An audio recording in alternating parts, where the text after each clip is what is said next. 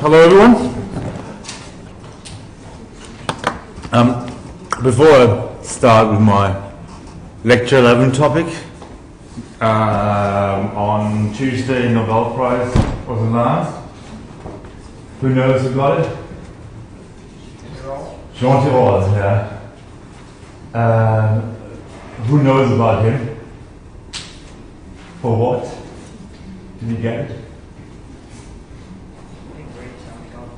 One of his papers after that, which was about inequality. No. Entrepreneurship, but Regulation, market power. Exactly. So yeah, right. He was there was a guy where it was clear he would get it at some time. We just didn't know for what, because he's done so much. So he, on the technical side, was developed quite a bit of tools in game theory. He was an engineer originally, and so very, very good mathematician. So he worked hard on these tools, and then wrote thought about how do we regulate natural monopolies and so on, which was a very old question. So the way regulation was done up until the 80s or whatever is based on an idea from already the 1920s or so. So very, very old ideas. But the models that these things were built on were quite simplistic. And he then, with these new tools from game theory, made models about how competition works or does not work and so on, much more realistic, and got quite a few interesting new insights. One part. He wrote a textbook on industrial organization for graduate students in the 80s, and it's still relevant. It's incredible. So you would think time moves very, very quickly, and normally it does. Textbooks are 10 years old or whatever, yeah, nobody cares about anymore, still used. His game theory textbook, together with Drew Fudenberg, PhD students still use that. Then he wrote a book on regulation and procurement. We got another French economist who unfortunately passed away much too early, Jean-Jacques Lafont, on regulation and procurement, which is one big book that we can learn a lot what to do, how to regulate. So yeah, I don't have enough time to talk more about it, but I'm really happy because I thought he should get it at some point, and he got it a bit earlier than I thought, because it's only 61, right? So normally you get that just before you pass away. So great, yeah. And he's also a great guy. He's a very, very generous person. Talks to lots of grad students and so on. He's a superstar. So on many levels, I really like that. So yeah, after the launch on Wednesday, it was Tuesday night. We had dinner, and then the dean then asked me, couldn't you write a little blog entry on the economic side blog about what he has done? So if you want to read a little bit more, yeah, if the dean asks you to do something, you can't say no, sir, I've done this. So it should be up by now. Yeah? I would be happy to talk much more about it, and if I had known, I probably would have picked Australian content that's related to what he is doing, but I couldn't do this so quickly. Regulation of utilities and so on, for example. But you find a little bit of an idea what's about in this blog if you want to read it. So what I'm going to talk about today, last week, and he didn't stop there. So he recently opened up a whole new literature on how can we use standard game theory to model psychological effects, how self-motivation, forgetting, and so on. Quite cool. Highly technical. He's not a a person who uses many words, but really cool. Okay, now what are we going to talk about? So when deciding how to fill the few spaces for contemporary topics important to Australia, which are not covered by the people who give guest lectures, there were not that many that I thought that were so important and were not covered yet. But one, and that's also a bit personal, because I really, in the last 5 years, been really annoyed about the degree of public debate in this country about climate change and the economics of climate change and climate change mitigation. That I thought, why don't we talk about it? And so what I'm trying to do is I'm trying to convince you or will give you the reason why virtually all economists, or 9 out of 10 or 19 out of 20, say we should do something, or the world should do something. I try to convince you why, and that it's actually not really about how sure are we that climate change is real, how sure are we that it's man-made. It's actually not the point. That you have to ask a different question. And then I'm going to talk a little bit about different ways of mitigation and which are the ways that are the cheapest. So the most efficient ways.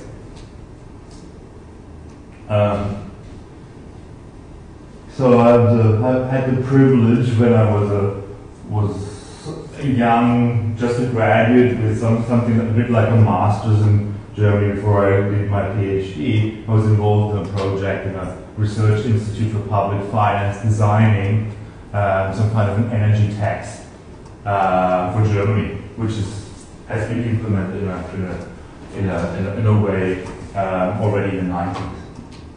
You can already see that one of the arguments, nobody else is doing anything, is clearly wrong, right? Because people are doing lots of things. Okay. Interrupt me if I'm too quick or whatever, as always. So what's the background? So, back in Kyoto, Australia is committed to reduce carbon emissions by originally 5 to 20%, 2020 compared to 2000. And recently, just a few weeks ago in New York, Australians were asked whether they wouldn't want to up this commitment. New York, the UN summit, a little bit, but Julie Bishop, who was sent there for Australia, refused. And in this country, there was a really big, a large debate about if it's a good idea, reduction, or whether we should do more, and if yes, how would we do it? So there were many buzzwords around that were sometimes in the public debate better explained or not so well explained, like carbon emission trading scheme, remember, right, then the carbon tax, which we had, remember Gillard, and then not direct action, Abbott, which we are probably going to have. So carbon tax abolished 1st of July, and the proposal is something that's called direct action. So this is now stepping back. There won't be any party politics or whatever. This is just how an economist and most economists view this. Let's start with some facts. Okay, carbon emissions per person. Historically, these are World Bank data. Okay, probably doesn't come as a surprise that up there you've got the US, right? Huge 20 tons, 20,000 tons actually. Right, and slightly declining over the years and declining a little bit. And then the next shocker is, oh, that's already us. Right? And we're basically now at the same level of carbon emission per person as the US. Well, you could say, right, developed economy, quite rich, resource-based, no surprise, justified. But if you look, oops, that was not what I wanted. If you look, for example, take Norway. Resource-rich, also rich, developed, per person, much lower. And also, if you take high-income countries together, if the income story is the thing you want to talk about, also lower. European Union, much, much lower than this. Then if you look at low and middle income countries, so the GDP is below the median, countries on average, wow, this is just per person, this is 3 and this is 18, right, 6. Lots of debate about China. Overall, clearly, largest polluter. Per person, yeah, it's considerable now, but still comparatively small. So, seeing this, per capita, Australia is a big polluter.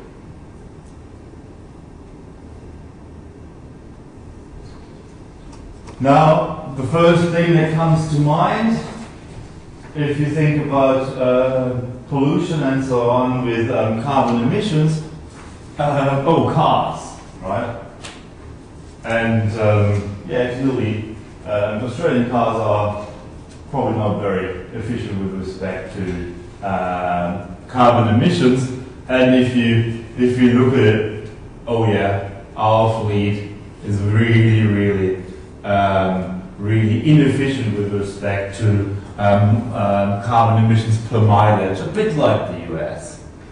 But if you look at other countries, look at Germany, I think they build reasonable cars too. Much smaller. So there is one thing we could do something here. Would that make any real difference? This is not the story. There is a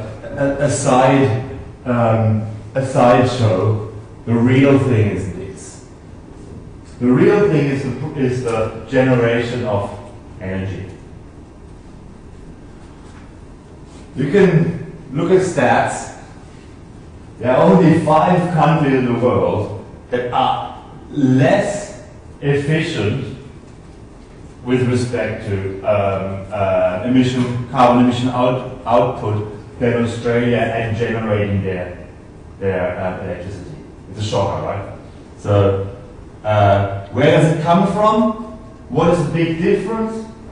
You tell me, why is the electricity we produce so dirty? We have some coal. Coal and oil plants. So this big thing is the 44% or whatever. 44% of electricity in Australia is produced by coal-fired power plants. Petroleum gas, that's similar to the oils in total, but there's the big difference. And that's where it's really good. Right? Well, okay, historically it's clear where it's coming from. We have a lot of that stuff. We can clean up these coal power plants to a certain degree. Some techniques that might come online that are still experimental and thought to be the big savior for the coal industry, like sequestration and so on, putting CO2 through underground, is not so clear. But the real problem is not that, well, I also wonder whether you need V8s to go shopping, but this is not the thing that really drives the high per capita emissions. It is the power production, and particular energy and electricity production, particularly with the coal-fired power plants. So this is just a few facts, right? That we know where we stand. If we think that action should be taken, and we are talking about that, we'll be talking about it in a second. So taken overall worldwide, then I can't see that Australia has any way to argue that they shouldn't do anything. So the one argument that we hear a lot is, we're just an insignificant polluter. Overall, yeah, not that large pollution, but per capita, very large. And so if we think of per capita basis, then the reduction reduction potential would be large. And morally, it's a little bit questionable. We only have a few people, but our few people should be allowed to pollute like crazy, and you poor Indians and Chinese, because you're a big country, individually, you shouldn't be allowed to pollute at all, right? Morally, Equity, if you think about equity, we enjoyed our development in the past, the big jumps in development, which led to the high per capita emissions, and now we say others shouldn't enjoy the development, and we want to stay morally a bit. Think, what could other arguments be why Australia shouldn't do anything? What have you heard?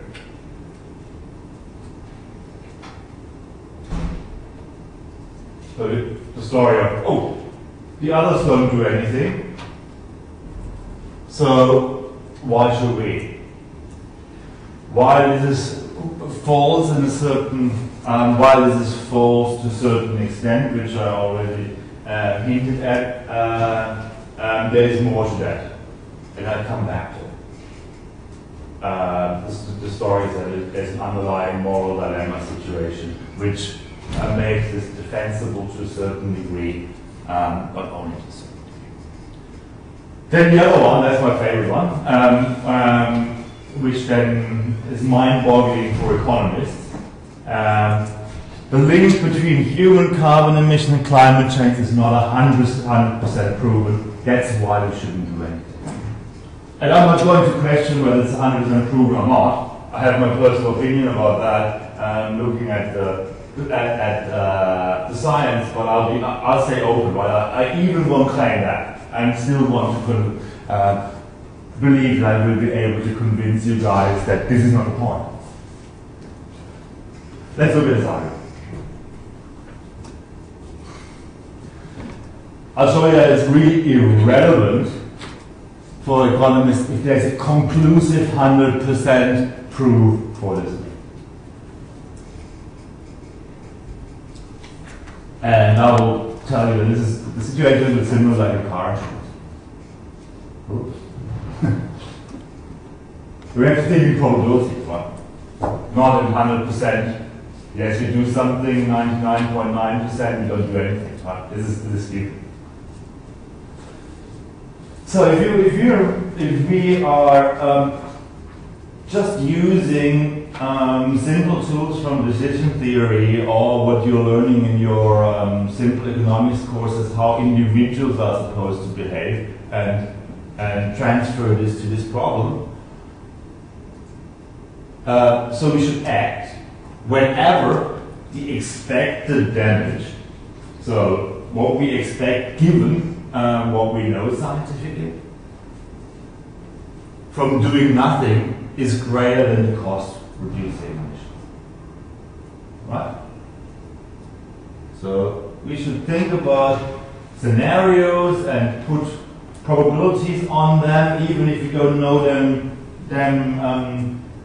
perfectly, but have our best guesses, and then get to an expected figure of potential damage, and then think about the other side, the cost side. Which one is greater? If it's more expensive to abate, then what we think, what will be the expected cost, then we don't do anything. If it's cheaper, then we should do something. I'll give you an example, and that should probably clearly show you why I think we don't need to be certain about man-made climate change. An example. So now, this would be continuing normally, but just say there's three things we might expect. So reducing carbon emissions doesn't do anything to climate. So there might be no link, it might not be man-made or whatever, or the link might not be human, whatever. It's a possibility. People claim that. Another one would be, if we don't do anything, then the climate change will be moderate, and so there will be some cost, but it won't be as dramatic as some people predict. So we can prevent that from happening. And then there's the bad case, reducing carbon emissions will prevent otherwise catastrophic climate change. Right? Okay. Now, looking at science, or even sometimes subjective beliefs, we have to put some probabilities on these three things to be correct, right? We should add up to 1, because there's are the three things we said can happen. Then the damage of denote these probabilities by pi. So P1 for the first one is right, P2 for the second one is right, P3 for the third one is right. And now, also denote damage if 1 is right and we don't do anything, as x1, which will probably be 0. The damage if we don't do anything and 2 is right, as x2, x3 for the 3.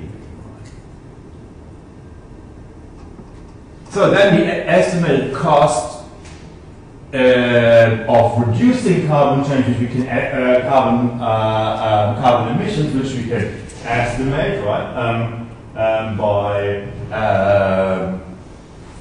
checking out how much we would have to reduce the amount of carbon we put in the environment, how that would do to prices and to exports and stuff like that. Treasury has models to predict that. So there's a predicted cost of reducing on the other side. So then, the expected cost if you don't do anything is P1 times x1, probability that theory 1 is right and nothing happens. Then P2, probability that we have moderate climate change, the cost that would give us if we don't do anything, and the probability P3 of a catastrophic event times x3, the cost. We should act if this expected cost of doing nothing is greater than the cost of actually acting. Right? That would be this inequality would tell us do something, do nothing. So this x1, well, it was the thing. If the climate change skeptics are right, then x is probably 0. x2, damage from moderate climate change, is non-zero. But hard to tell how high, but not that high. And then we have x3, damage of a catastrophic climate change event is pretty large, right? So this x3 is pretty large, as long as this p3 is not zero, this whole thing will be pretty large. So that's a bit like insurance, right? Take car insurance.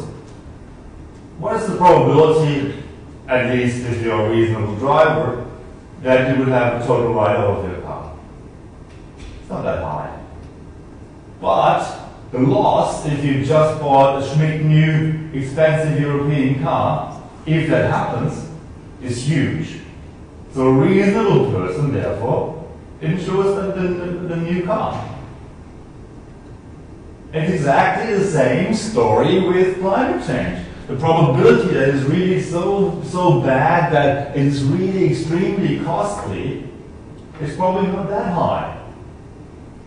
But the probability is there, and so as a precaution, we probably should do something. So it hasn't been proven that P3 is 1. It just has to be, if X3 is very large or very low, P3 already should tell us we should do something. So instead of asking, is there 100% proof that carbon emissions cause climate change, you should ask, are we sufficiently sure that the human carbon emissions do not lead to catastrophic climate change? Are we sufficiently sure that this P3 is close to 0 or even 0? I guess if you put it that way, your decision is probably different. True. Or it's relatively clear. And for this reason, regardless what the beliefs are about the climate science and so on, almost all economists are agreeing we should do something. I gave you a yes or no story here, which is probably a little bit too simplistic. The other story is how much we should do, and there clearly our estimation of how high these things are probably matter.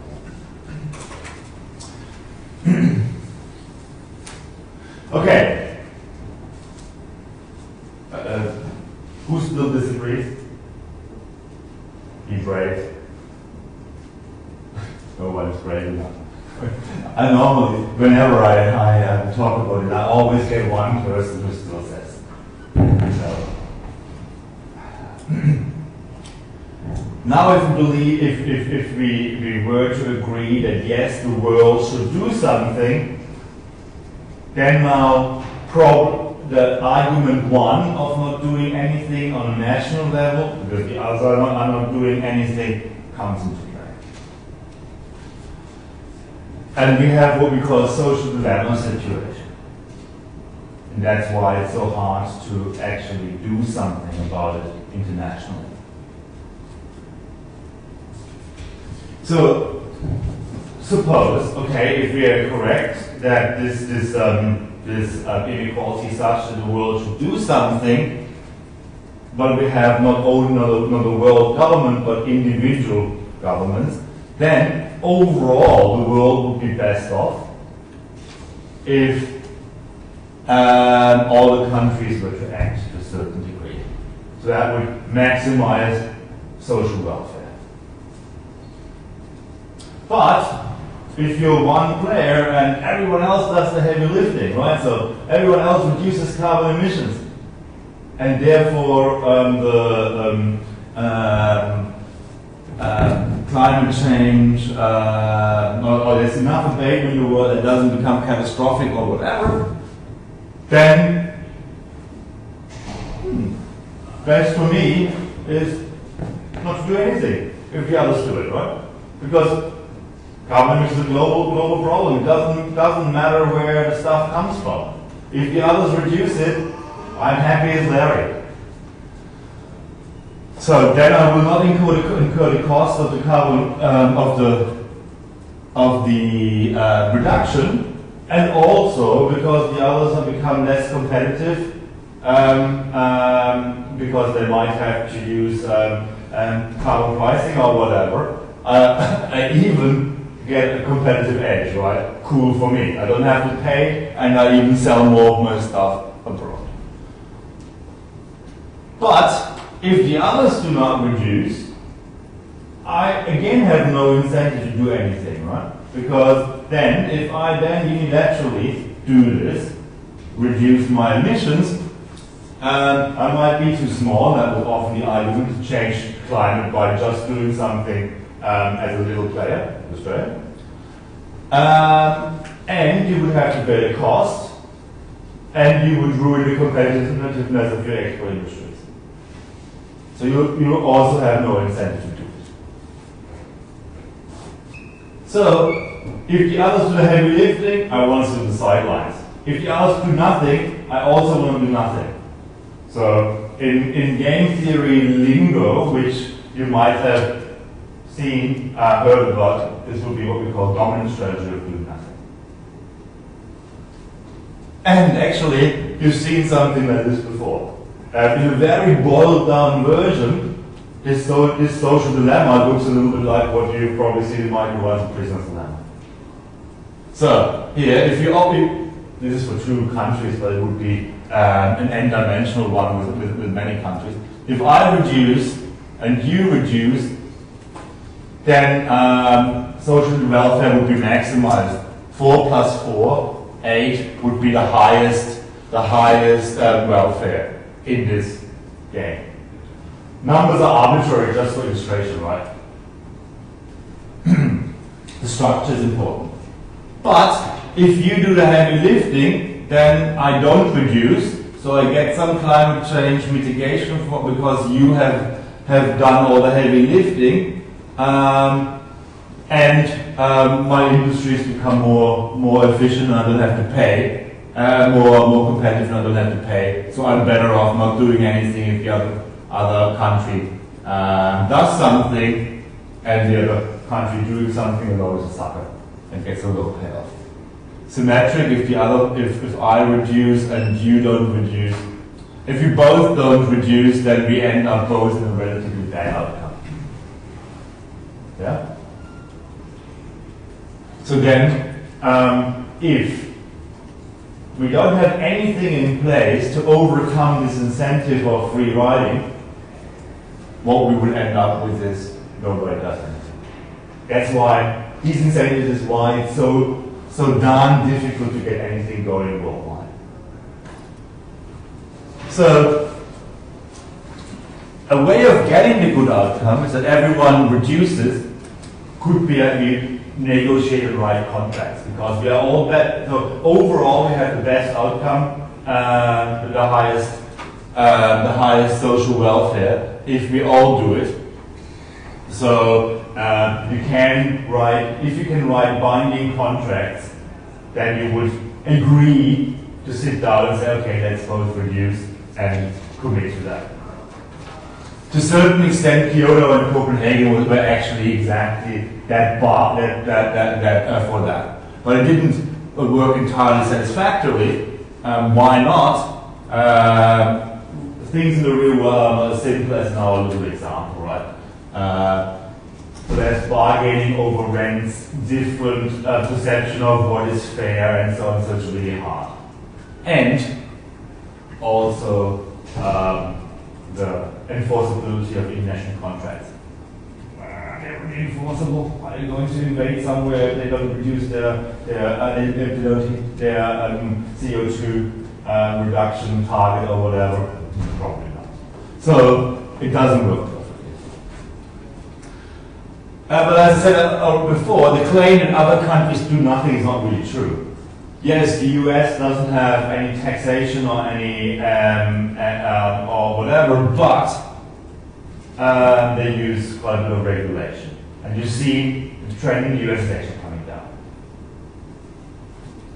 And in particular in the power generation area, there is lots of switching to from coal and petroleum to gas. Then China was going up and up and up, but lots of what's happening there is masked by the rapid growth, right? Rapid growth leads to higher emissions per person, but pretty soon China will be a leader in clean energies and so on. So solar is already the point there. Yeah. The early adopters and early producers, like the Germans, like the Dutch, also Australia to a certain extent, cannot compete anymore. Solar energy production is now typically Chinese, or production for solar panels. And also for clearly the first time, the Chinese rulers are clear that they have to do something. And then Europe has energy and carbon taxes for some time, and now emission trading systems for quite some time. So, and it's not a horse race really if you look at the per person emissions there. So you see that there's something. So now, instruments. How do we reduce emissions? I could talk about this probably for hours and hours because I can make this as complex as you want and as differentiated as you want. What I do is now a very broad brush, but just to give the major ideas. Brief overview, exactly. So what are classical candidates?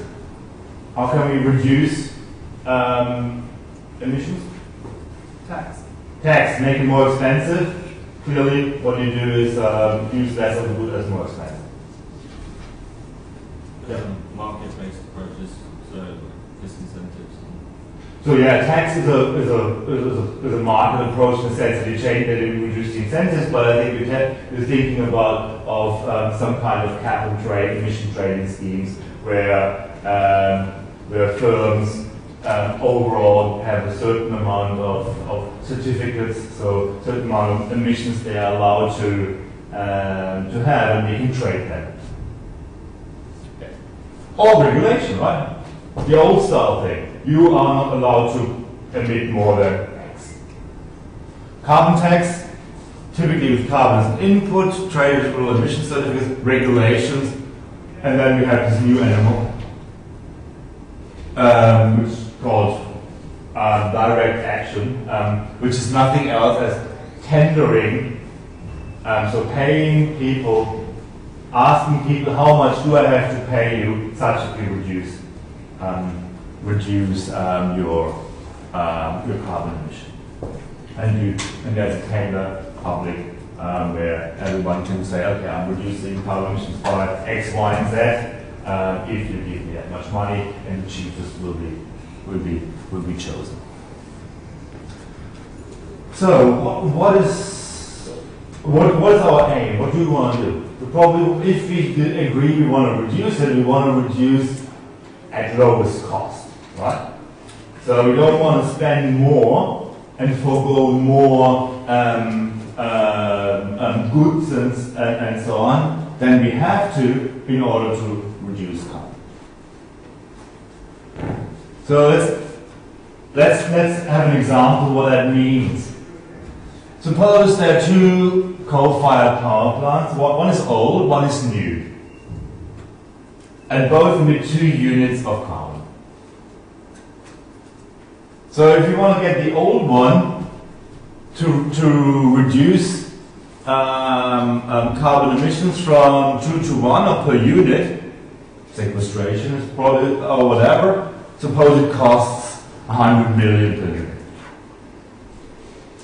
The new plant is much more energy efficient and so needs only some modifications to abate the unit. Cost of 50 million. There's the, I forgot the M. Now suppose we want to reduce emissions by 2 units. Then it would be cost efficient to let the new plant reduce the emissions by 2 units. It would cost 50 to reduce per unit, would cost 100 million. If you let the old plant do it, it would cost 200, and if you let both reduce 1, it would be 150. So basically, what cost efficiency means, you want to get those who can reduce with the lowest cost. They are supposed to do lifting. Yeah. So there, where it costs less to abate, that's where you want to have. Look at regulation. That's why regulation typically is not a great thing in this case, is because if you say, okay, we want to reduce emissions by 2, and therefore regulate every power plant can only emit 1 unit of CO2, then our abatement cost would be 50 for the new plant, 100 for the old plant, 150, which is not minimizing the cost. Minimizing the cost would be that the new plant abates both, or reduces by 2 units, right, with a cost of 100.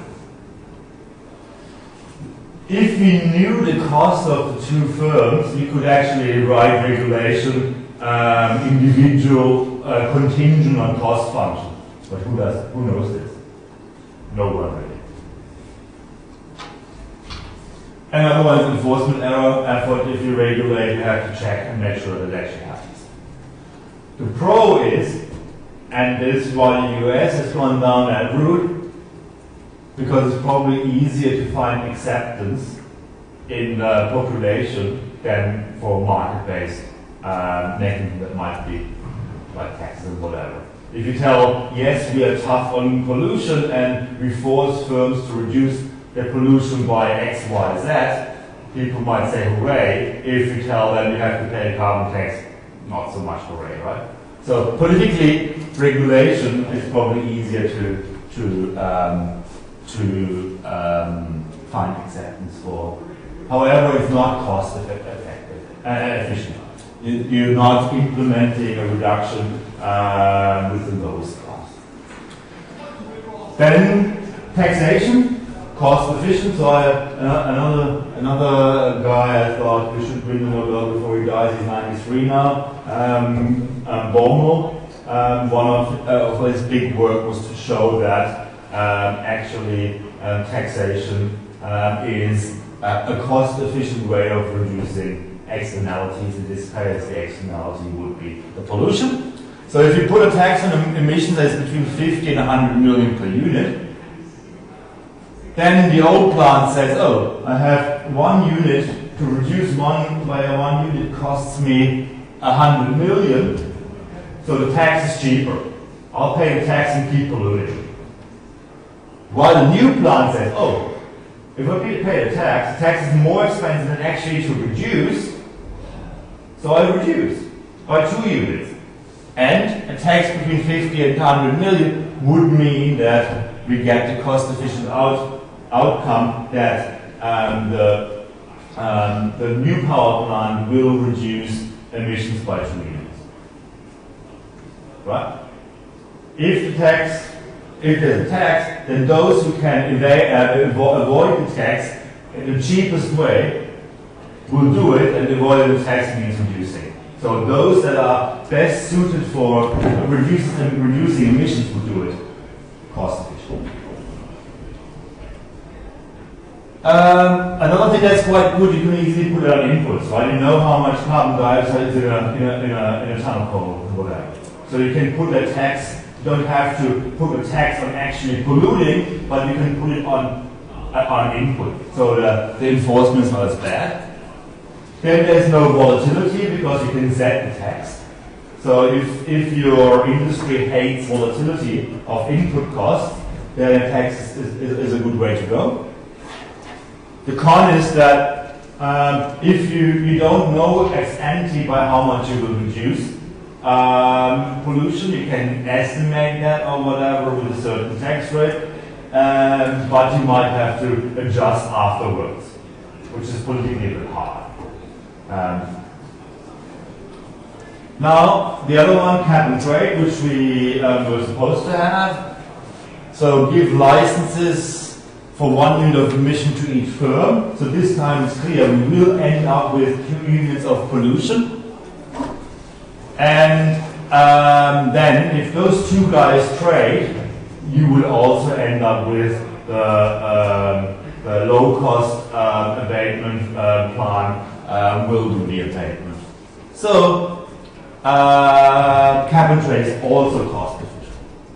Other pros is so you can include other certificates of carbon reduction with trees and things like that, which in the text doesn't work. So you can provide some other incentives outside of just reducing carbon emissions, but also stuff that sucks up carbon emissions.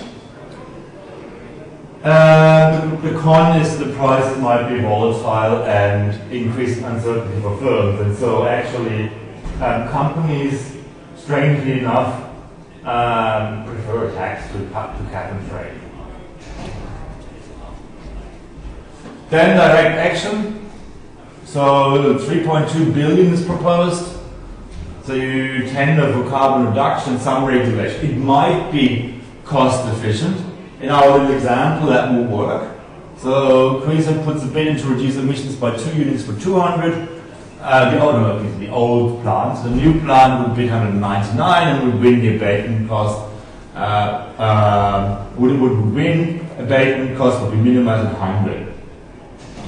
Other case, yeah, people love that because someone gets money instead of has to pay money. The cons is that these auctions, it works in our example, but doesn't always work. These multi-unit auctions are not always efficient.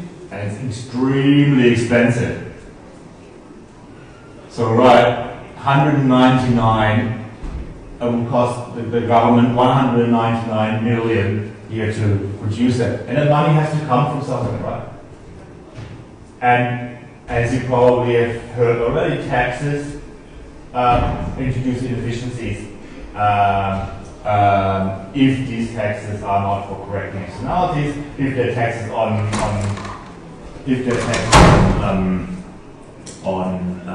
labor or whatever. So there's a rent extraction problem. Someone who would do this anyway is just bidding and said, oh cool, I get some extra money. Then there are countervailing demand effects. It's really difficult also to write tight contracts to enforce your bids in the long term. So these direct action things will be, theoretically could work, but not always, will be very expensive and probably will not reduce overall carbon emissions by as much as they should. So let me conclude, I'm already late. So precautionary principles suggest that it's optimal to act with climate change. Unfortunately, there's a social dilemma to overcome. The state, the different countries and so on, can probably best done in negotiations. Countries have the choice of diverse instruments for carbon emission reduction. Economists favor taxation or cap and trade for different reasons I've outlined before. Regulation or abatement tends to have quite a few disadvantages, but might be politically more palatable, as we have seen with the carbon tax. Thanks a lot.